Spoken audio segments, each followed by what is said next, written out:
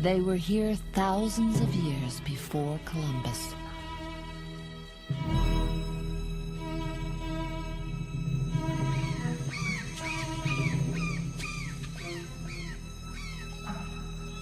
While Paris was still a village, they were carving cities out of the jungle.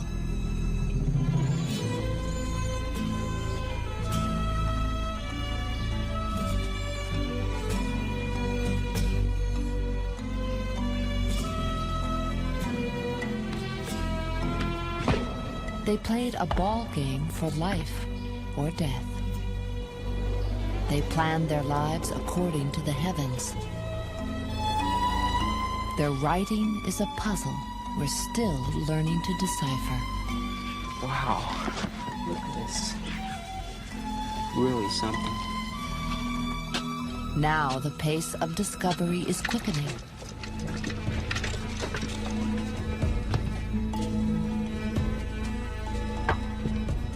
We are finally finding out who they were.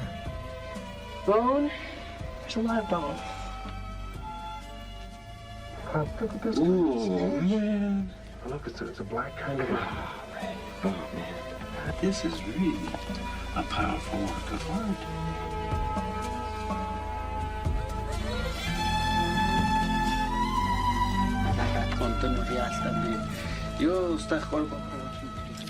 They are the people who say that the gods made them from corn.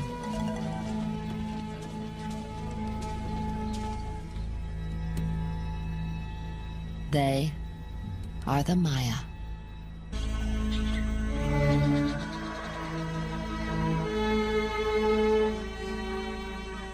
The year is 1839. The place, Western Honduras.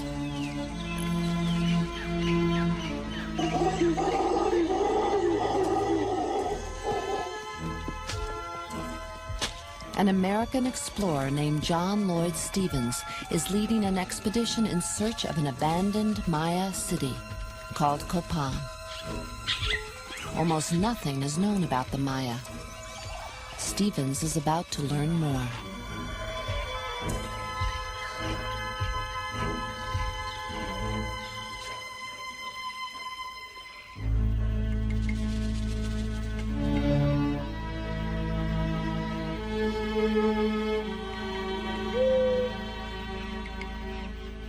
Draped with 1,000 years of tropical growth, the brooding temples and tumbled stones sprawl for miles.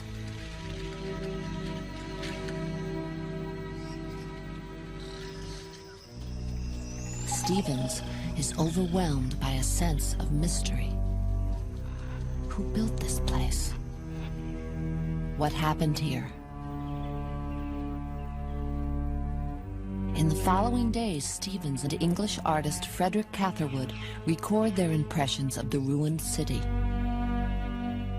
It lay before us like a shattered bark in the midst of the ocean. Her masts gone, her crew perished, and none to tell whence she came, or what caused her destruction.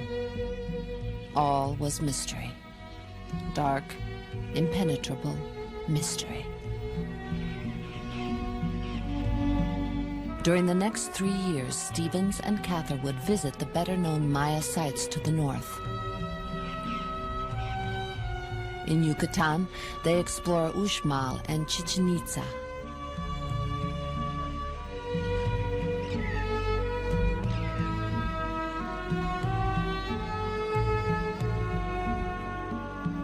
In Chiapas, they visit Palenque.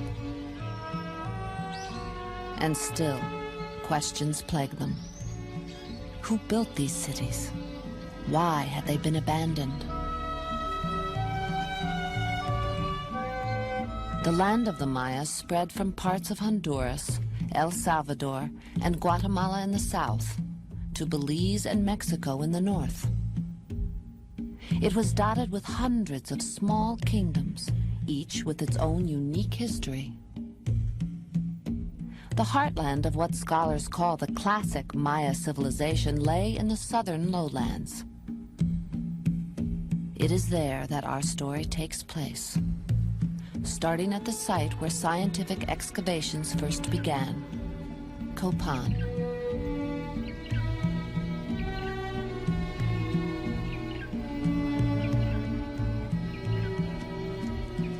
Today, this partially restored site still retains its air of mystery. Bill Fash is the director of the Copan Acropolis project.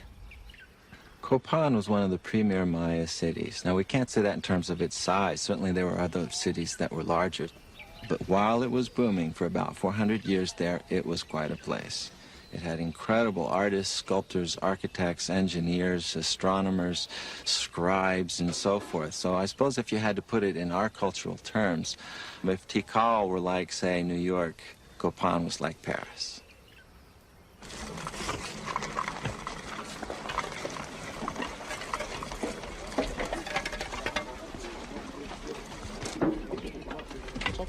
Every year for the past few decades, a handful of Maya specialists and hundreds of workers have been trying to piece Copan's history back together.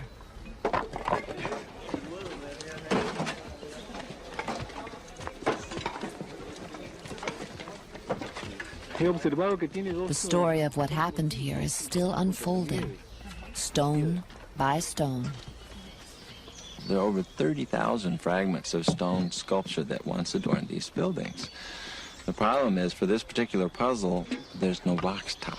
There's no picture that enables us to know how they went back together. We have to try and figure that out. And the problem's made worse by things like this. This is what we call a Gok pile, G-O-K, for God only knows, because God only knows where any of these rocks came from. The earlier archaeologists just piled them up here. So our job is to figure out which designs adorn the different structures, come back to the Gok piles and pull out the examples that are just like those we have dug up and try and put the whole thing back together. But in spite of the difficulties, Fash's team of experts has reassembled thousands of sculptures and conserved dozens of buildings. Every year, the picture of what Copan was like more than 1,000 years ago becomes clearer.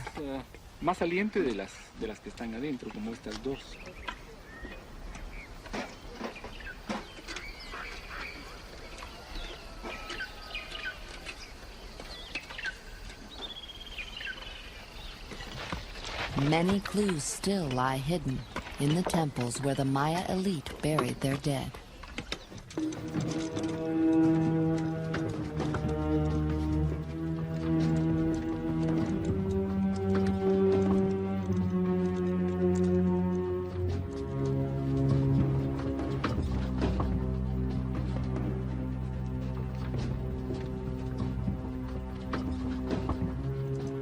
The classic Maya had virtually no interest in metal, so there is no gold buried here.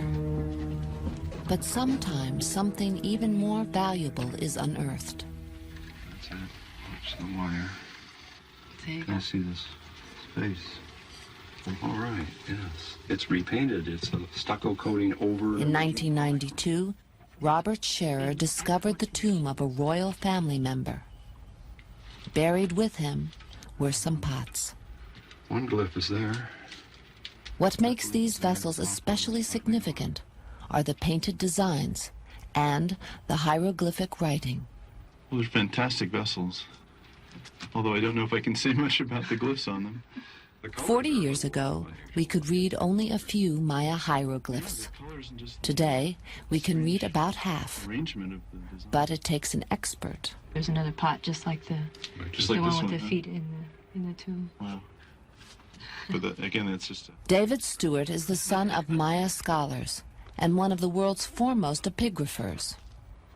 By being able to read the glyphs now, it makes the Maya a little bit more normal. It makes them more human, because we see that they did have history, that they were people that had real concerns about themselves and the events in their lives. One kind of Maya writing was almost lost forever.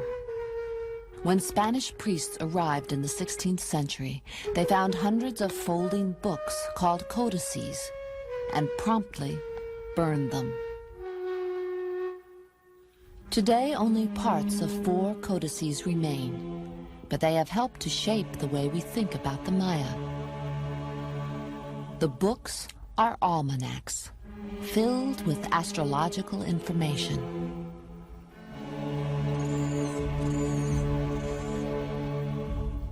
The men and women who wrote the almanacs were scribes, well versed in astronomy. Using a sophisticated mathematics, they calculated the movements of the night sky thousands of years into the past and thousands of years into the future.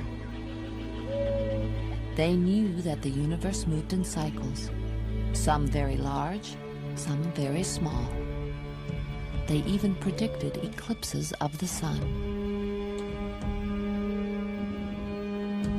They seem to have been fascinated by the relationship between time and the events in their own lives.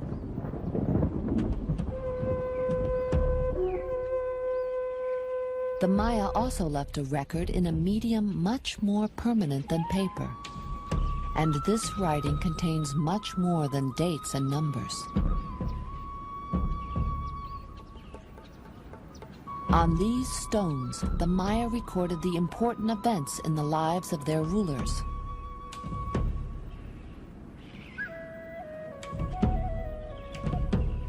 This is the hieroglyphic stairway at Copan, the longest inscribed text in the New World.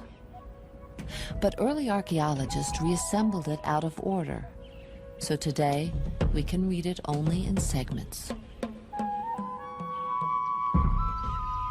Sculpture specialist Barbara Fash is making a catalog of the 1,200 glyphs on the stairway. Someday, these drawings may tell a more complete story of Copan's kings. This means to plant with a stick in the ground. Other hieroglyphs are more accessible, thanks to dramatic breakthroughs in the past few decades. This is the date. It's Epigrapher Linda Sheely has done her share of the recent detective work. This is a little tree tag.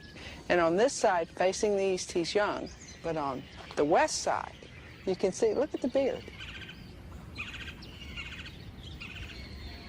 It is a rare thing when a people develop historical consciousness and make recorded history a part of what they do.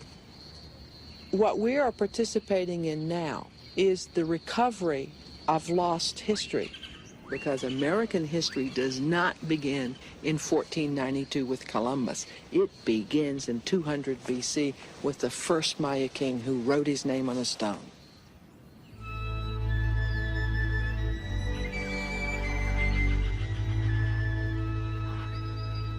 Long before the first king wrote his name on a stone, the Maya were living in the fertile Copan Valley.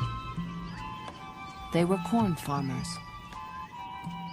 Their lives were ruled by the rhythms of the natural world, planting and harvesting, birth and death. But around AD 400, at about the time Rome was starting to collapse, a change swept through the valley.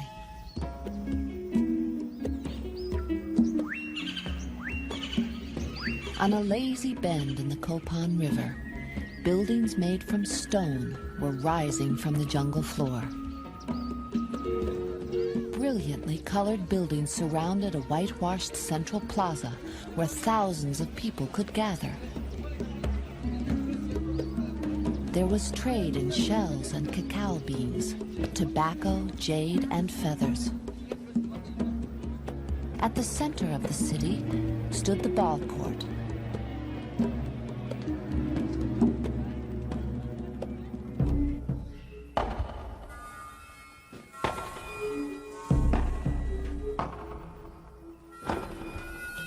The object of the ball game seems to have been to keep the heavy rubber ball in motion without using hands or feet.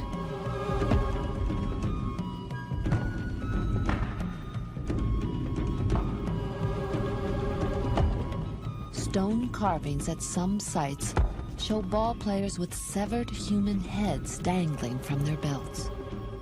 but no one knows if they depict what actually happened to the losers or illustrate something more symbolic.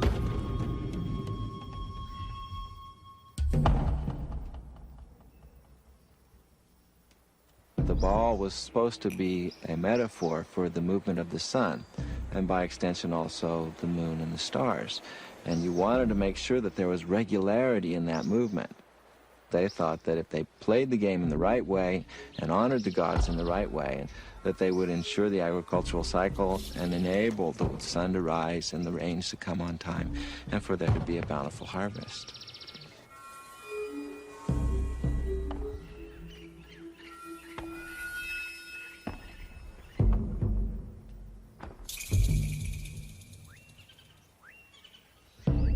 They would let blood. Blood was the vehicle that carried a quality that they called chulel, which means their soul.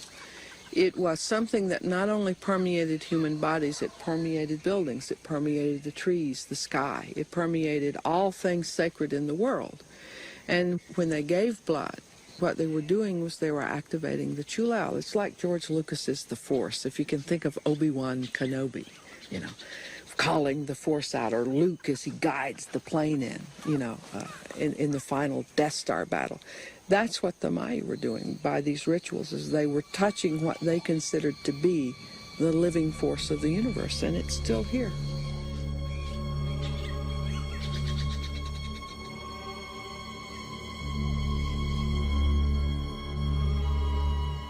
On special occasions, the king himself would give blood. This was one of the most sacred rituals in Maya life.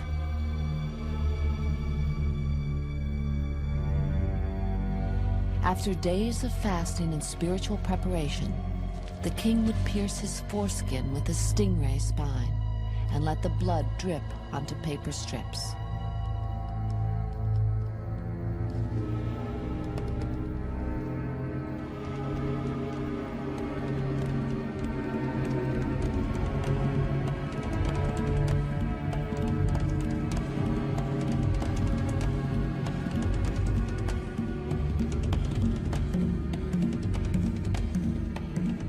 With this act of sacrifice, a doorway to the gods was opened.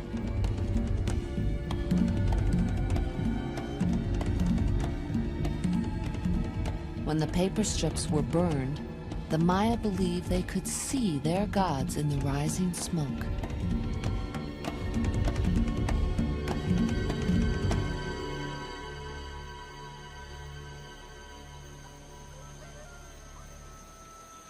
Today, the descendants of the ancient Maya still live much like their ancestors did.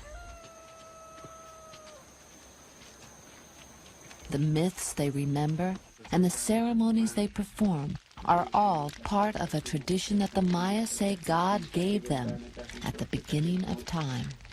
Dios per manakahtek aralas manakahtek orkewas manakahtek apas manakahtek ahij nikotushi ka nikotushi wa kanta kuto sa chano kapnamak yarek arotsi yarek arkemilas yarek archotonas yarek arkan. Casimiro Sagahao is a Maya priest who blesses the fields at harvest time.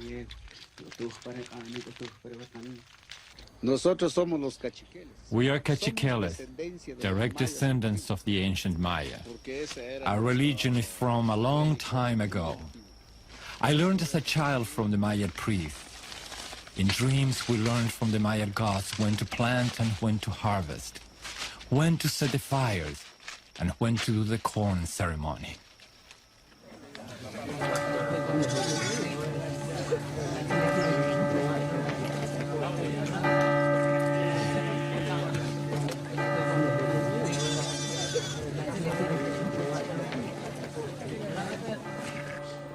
The Maya passion for ritual was one of the first things Spanish missionaries observed when they arrived in Yucatan almost 500 years ago.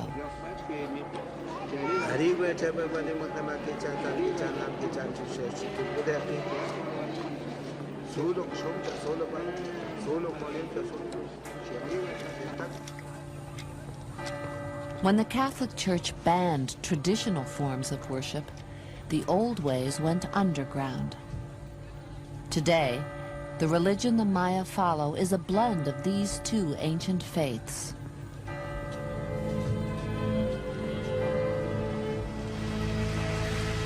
The Maya have clung tenaciously to many aspects of the old culture.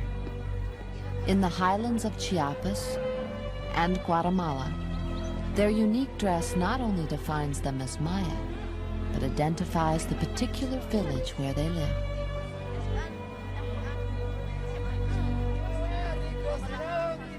It is said that when a Maya woman puts on her traditional blouse, called a huipil, her head emerges at the very center of a world, woven from dreams, just as the great tree of life emerges from the earth.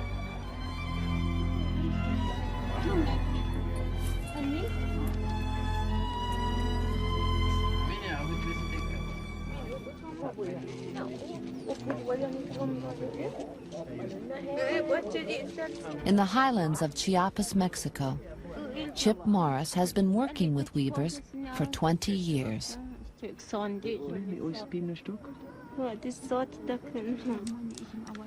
The weavers have always said that their designs come from the beginning of the world, meaning the beginning of their culture.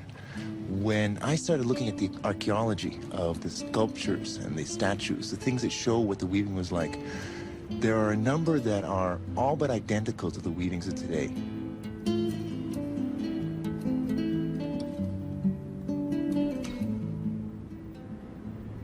What's in the designs is a map of the Maya world, but not the surface of the earth, not where we are standing now, but it's the dream world. It's that world where the gods are, where the beings that control rain, where Angel, the lightning bolt, lives. There are no trucks, there are no houses on a blouse. It's all images of that sacred universe that creates rain, that creates life, that maintains the world.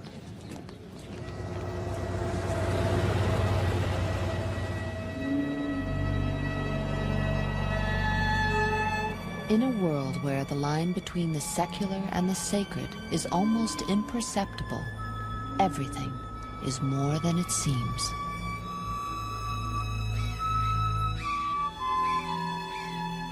Pyramids symbolize sacred mountains where the ancestors dwell. Doors represent the mouths of caves, passageways into the mountain's dangerous underworld.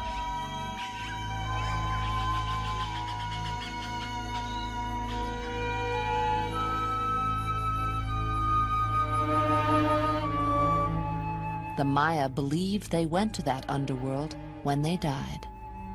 They called it Xibalba.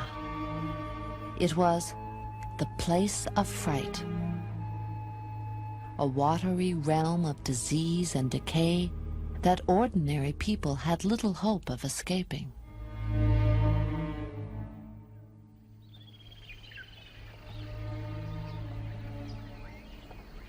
How the Maya treated their dead is being investigated here, at a site 130 miles north of Copan. These are the ruins of a city called Caracol. Once, it was a prosperous administrative center. Today, it is remarkable for the scores of tombs discovered here. I think we'll leave the rest of this to remove the rocks. Okay. Okay. Arlen Chase is a pottery expert. Diane Chase is an authority on human bones. They're trying to understand how the Maya thought about death. We tend to think of things in westernized terms. The Maya were not a Western society. They didn't do anything the way that Europeans do. It's so hard for our own society to understand how the Maya lived. I mean, we don't have dead living with us, you know, every day. We don't put them in a room in our house and maintain them there. Well, the Maya essentially did that in their living groups. Okay. Oh, this is nice, Isla. This is real nice. We've definitely got a royal tomb here. Ordinary people were usually buried under the floors of their houses. But the vessels are nice and they're in good shape. The elite were placed in tombs. This polychrome over here is in better shape on the back than the front side. What about the bone? Bone There's a lot of bones. There are at least 2 individuals whose heads are to the south. They're in pretty good shape. So someone else's legs are up in this corner. It doesn't go with either one of the first 2 individuals. It's not the man and the possible woman. It's somebody different. It wasn't uncommon for the Maya to bury more than one family member in the same space. I like to think of it more like a family mausoleum, where Grandpa may have died, and you place him inside first. Grandma dies, you put her inside too. A number of years pass, and maybe the son or daughter dies. You might move Grandpa to the side a little bit, Grandma too, and stick the son in. And a little bit further along, a few more people in the family die, and eventually the mausoleum has quite a lot of bone material inside. This one's got a ring. For archaeologists, tombs are like time capsules. The objects buried with the dead sometimes yield precise dates and names. Can't see what the design is, but it's got those bones in it. Okay? These help to fill out our picture of how the ancient Maya lived. In the lab, it should pop out.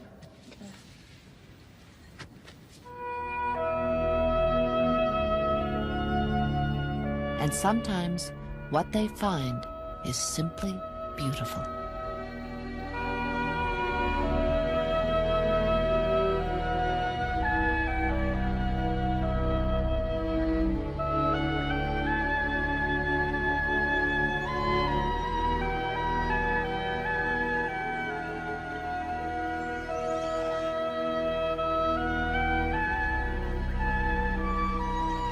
Like the tombs at Karakol, the buildings of Copan contain their share of buried history. But finding it has often been an elusive undertaking.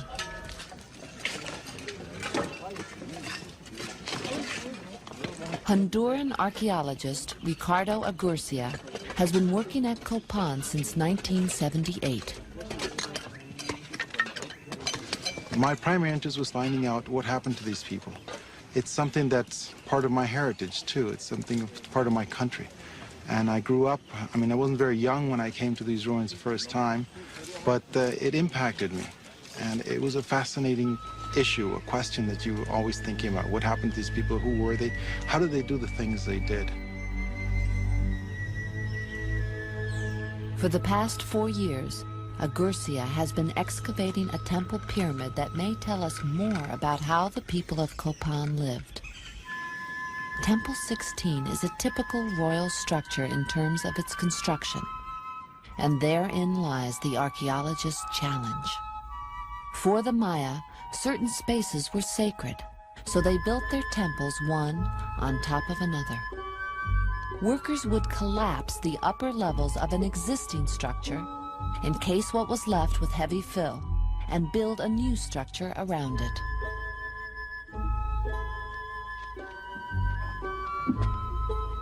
As Agurcia's crew remove the fill, they create a labyrinth of tunnels. Working in tunnels, it tends to be very confusing. You're working like in 3 dimensions, you know, you're going up, down, sideways, in between. And oftentimes you get lost and you can't really understand what you're looking at. The flat wall on the left used to be the outer wall of an older temple. Only by following its walls to their ends can Agurcia determine the building's original dimensions.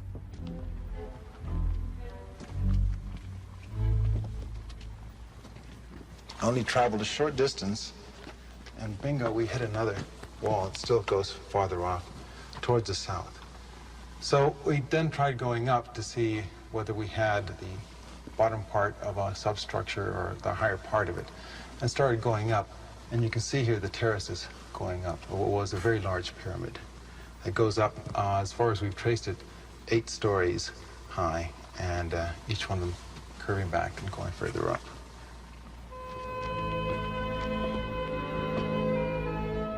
What Agurcia found next was totally unexpected.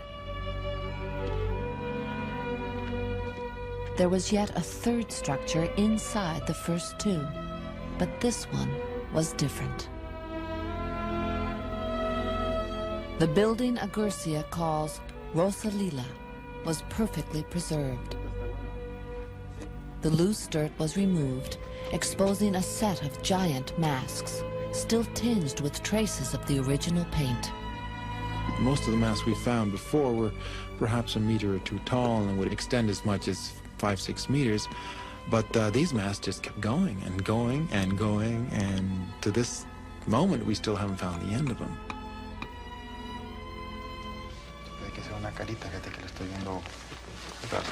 Hey, partner. How's it going, boss? Oh. You haven't been here in a while, have you? Wow. Whoa. Can you believe this? Red paint all over the place. Yeah, we got lots of good paint. We're coming down below the molding, and we've got two birds on him. We've got one over here on the left, and he's facing north. And I think we have another one. You see, he's got his beak bent over his eye. All the feathers behind all him. the feathers radiating out. That's right. And also it's higher up than anything else in the Acropolis, so this thing shone out from miles around. Stick out one. It's outrageous. Really, it's just outrageous. Adorned with brightly painted sculpture, Rosa Lila once crowned the highest point in Copan. Framing the central doorway, two giant birds face the setting sun. Above them, undulating serpents extend their bodies toward the sky. For the archaeologists, the careful treatment given Rosalila poses a question. We're all just itching to know what Rosalila is all about. Why was it left there for 150 years and nobody touched it other than to maintain it? Why was it buried intact? They didn't touch any of it when they buried it. All the rest of them they smashed to pieces to build something bigger and better over it. Why was it so revered that it had to be mummified when it was buried? And most of all, what's inside of it? What is that thing housing? And that's what we're hoping Ricardo will find. But before any new discoveries are made, the rainy season descends on Copan. The archaeologists return home, and all excavations are suspended until it ends.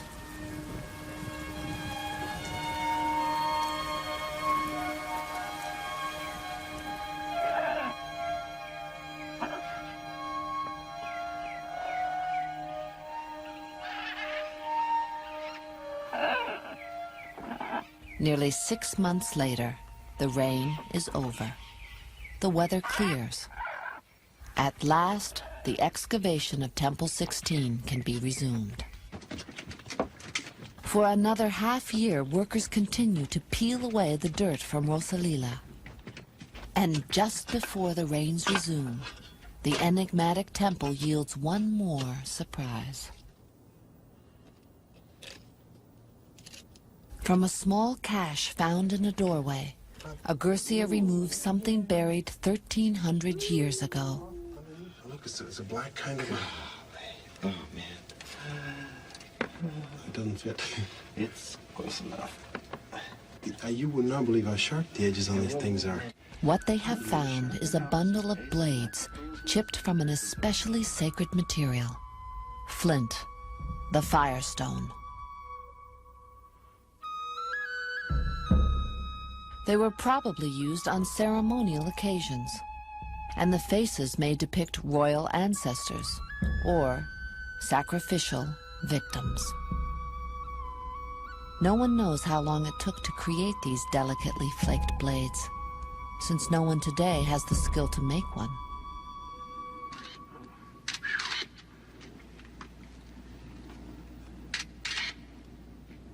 In all, 9 flints were found in Rosalila, perhaps corresponding to the 9 Maya lords of the night.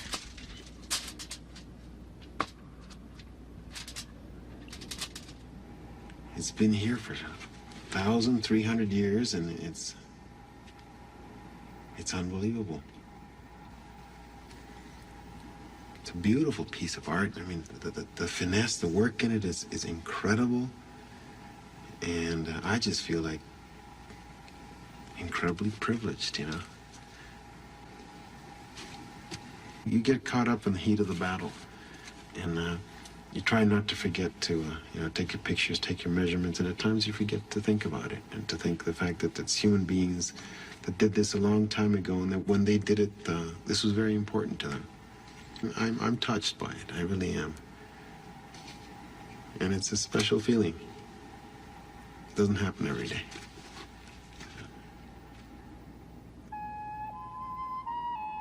It is likely that the flints Agurcia found in Rosalila were placed there sometime in the 7th century AD, when the classic Maya civilization was at its peak.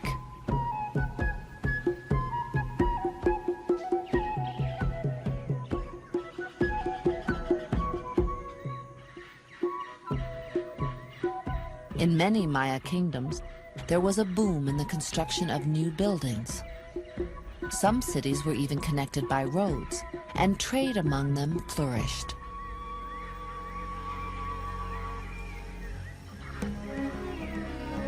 Copan lay on the southern frontier. But to the north, events had taken place in the Maya world that would eventually shake it to its core.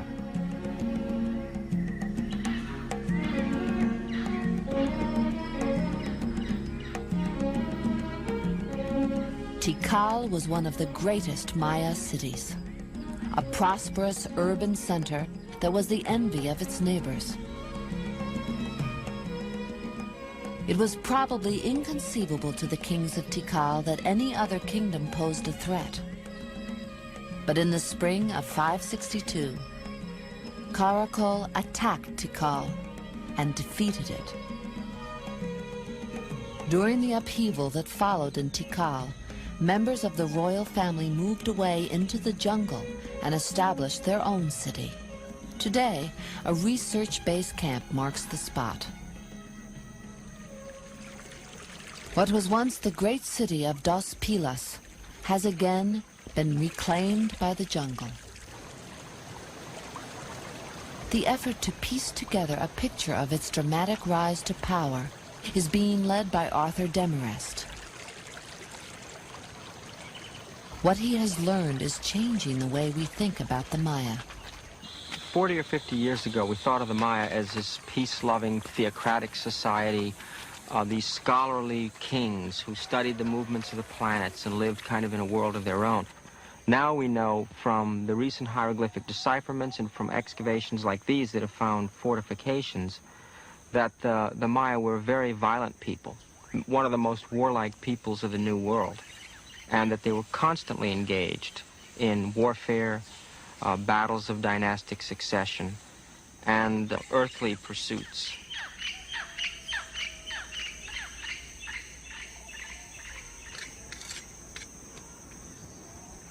In 1990, Demarest's team discovered concrete evidence to support this view. Reliable.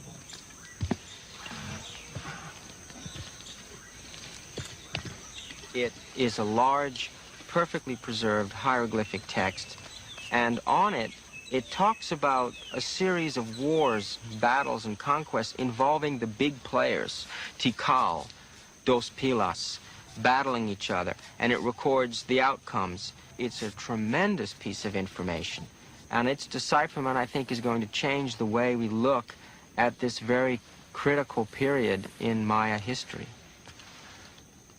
This is really amazing. They're saying that he is a subordinate of this lord, presumably of Calakmul. It's a critical title. That's bad. That's amazing. Here we were competitive with Tikal. Well, we have to think about it. I mean, is it subordination or alliance? Epigraphers David Stewart and Steve Houston are called in to see how much of the text they can read. Between, with references to Bonaparte and Tonina. And then after that, Axe. Look, and there it is. Antun. Yeah, this Arthur refers to a kind of altar, and then here it refers to a dedication. It's referring to the stair. And look, it's a There's step. a stairway. It's That's a step. the pyramid. Look. Okay, what it's saying is that this event, this war event. And then over here you've got a new event involving Rure's father. The skull glyph here is the name of the ruler of Tikal. Initially, it seems that Maya warfare was, to some extent, ritualized. It was more devoted to religious ends. Literally, these guys dressed up in silly outfits, archaic costumes with big Paleolithic spears, and went out there and met in some place and knocked each other around. One of them was captured and brought back and sacrificed.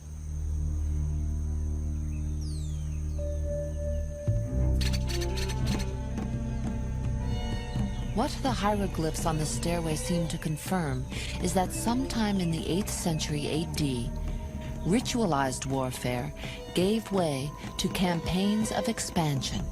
The kings of Dos Pilas attacked towns along the Pasión River and thereby seized control of a vital trade route. It looks like there was a change in warfare that led to an intensification and to a shifting to warfare for conquest, actually absorbing the territory of others. This seems to have somehow gotten out of hand. An arms race, in a way, started. Attacking centers becomes acceptable, attacking population bases, burning temples, that kind of thing.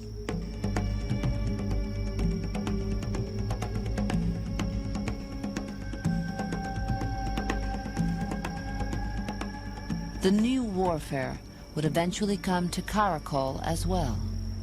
The 8th century and 9th century at Caracol and throughout the Maya era was a time of tremendous change and a lot of warfare. Caracol, up to that point in time, had been very successful in warfare. What happens, we think at least, is that in this late time horizon, it's not just a question of defeating a neighboring civilization and taking them into your realm, but taking large numbers of captives to sacrifice. And I think people were really scared. Picture yourself in a Maya city, and here you've been having warfare and you say, okay, I'm going to be captured, I'm going to be put to work, probably have to give 3 months out of the year to that foreign country over there. But rather than that happening to you, you've got this marauding army that comes in, pulls all the men together, and rather than marching them off to work into the fields, they instead cut off their heads and mount them on sticks and make huge skull platforms. Now that would strike terror into you. That would be enough to say, my God, let's get out of here.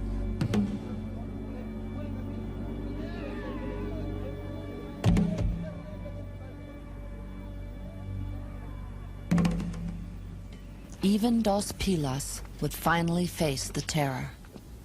On the hieroglyphic stairway itself lie the ruins of a hastily erected stockade. Archaeologically, this defensive wall is one of the most important and exciting features that we found here. One of the reasons why this masonry line is so neat and is placed so well is that it's made out of neatly carved blocks which were ripped off. They're the facings from the palaces around you. So they literally tore down the royal palace and built this, running it up against their hieroglyphic stairway to create this desperate defensive system. A picture of the city in its final days begins to emerge. In a frantic attempt to keep the invaders out, the citizens of Dos Pilas erect 2 defensive walls around the center of the city and move inside for protection.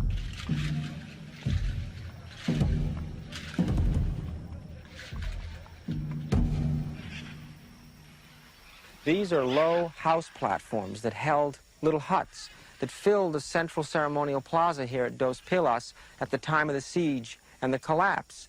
And it indicates that, again, the desperation of those final moments of this great kingdom was so great and its fall had been so complete that at this point you had the population living within the ceremonial plaza, below the towering temples, below the monuments of the strutting great kings. It's almost as if you had a population squeezed in, living on the White House lawn, holding out at the very end of the collapse of American civilization. That's what you have here, that moment in time.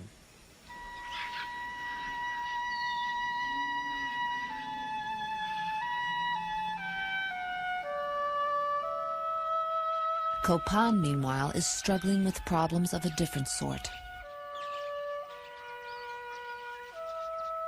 When one of its most powerful rulers is captured and beheaded, faith in the divine authority of the kings wavers.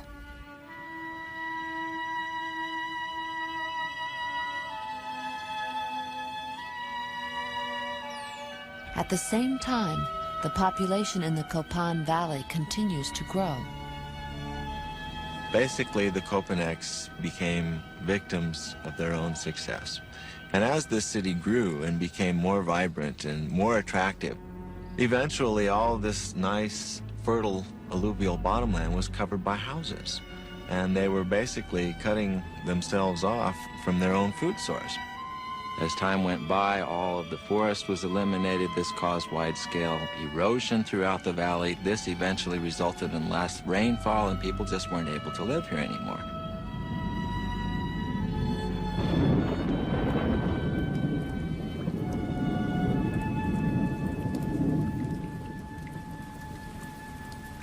It is now the middle of the 8th century. Throughout the southern Maya world, the power of the kings is waning. Disease and hunger are becoming commonplace. People begin to drift away from the cities. In Europe, the Dark Ages are halfway over. Here, in the jungle, they are just beginning. Slowly, one by one, the great southern cities are abandoned. In 761, the king of Dos Pilas is captured and killed. From that point on, there are no more hieroglyphic inscriptions here. The last written date at Palenque is 799.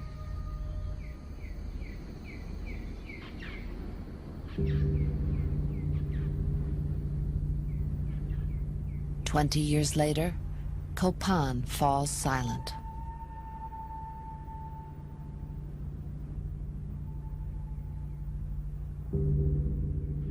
Caracol stops recording in 859. The last inscription date at Tikal is written in 879. Only a handful of Maya cities in the south survive beyond the first years of the 10th century. The northern cities of the Yucatan Peninsula, places like Uxmal and Chichen Itza, will prosper for several hundred years longer.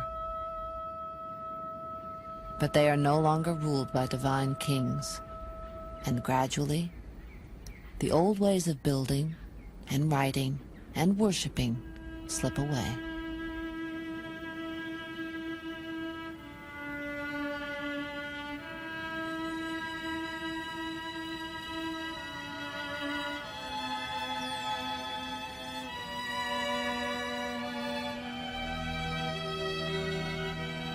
The classic Maya civilization is at an end.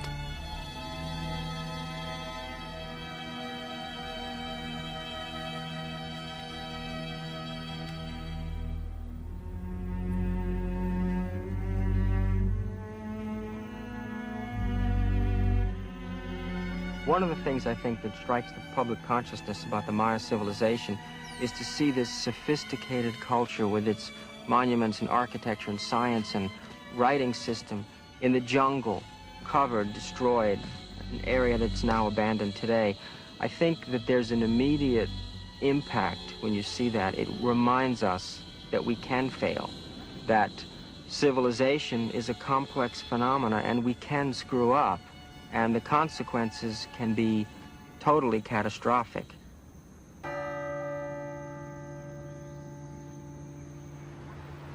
Yet, while the classic Maya civilization may have disappeared, the Maya people have not.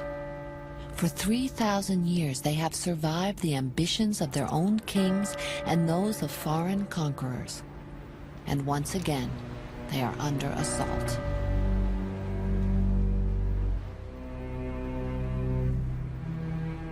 In Guatemala, during the past 3 decades, the Maya have been caught in a civil war they barely comprehend. In that time, 100,000 Maya have been killed, and another 40,000 have disappeared. No one can count the number of widows and orphans. And through it all, they endure. They weave their wheat peels. They farm their corn.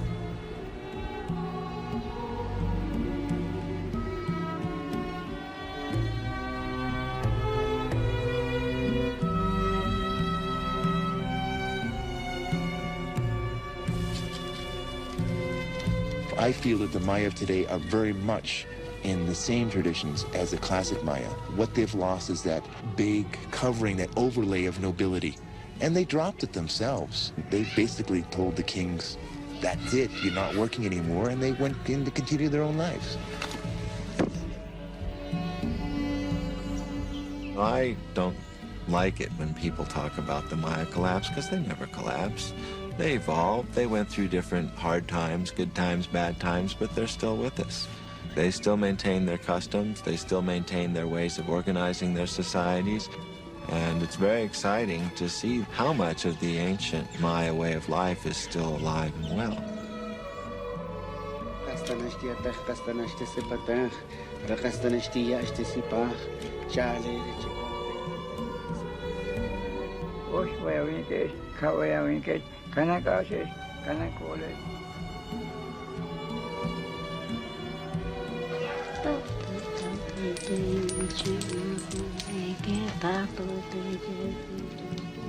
What we're digging up, what we're coming up with, it's part of our history. And the men that lived here are some of the greatest men we've ever had. And it's a fact that we're getting to know more and more and more about the life of these people, more than I ever thought was possible.